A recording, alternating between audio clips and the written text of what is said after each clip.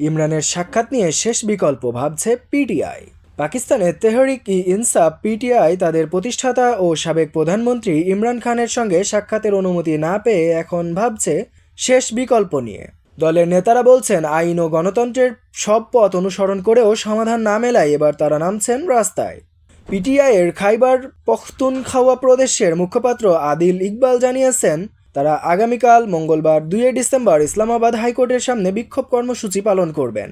জিও নিউজকে দেওয়া একান্ত সাক্ষাৎকারে তিনি বলেন, প্রাদেশিক মুখ্যমন্ত্রী সোহাইল আফ্রিদি পেশোয়ারে পৌঁছেছেন এবং রোববার একটি সংসদীয় কমিটির বৈঠক ডেকেছেন। তিনি জানান, বৈঠকে আদিয়ালা কারাগারের বাহিরের পরিস্থিতি এবং ইমরান খানের সঙ্গে সাক্ষাৎ নিশ্চিত করতে নতুন কৌশল নিয়ে আলোচনা হবে।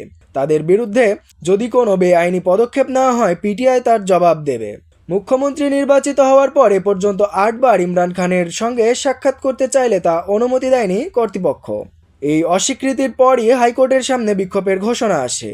গত বৃহস্পতিবার গোখরপুর চেকপয়েন্টে সাংবাদিকদের সাথে কথা বললেন মুখ্যমন্ত্রী সোহাইল আফ্রিদি।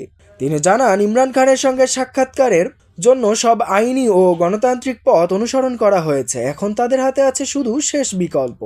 সেখানেই তিনি ইমরানের সাক্ষাৎকারের দাবিতে টানা 16 ঘন্টার অবস্থান ধর্মঘট পালন করেন। এরপর মুখ্যমন্ত্রী হিসেবে ইমরান খানের সঙ্গে সাক্ষাৎকার অনুমতি চেয়ে ইসলামাবাদ হাইকোর্টে আবেদন করলেও প্রধান বিচারপতির সঙ্গে সাক্ষাৎ করতে পারেননি।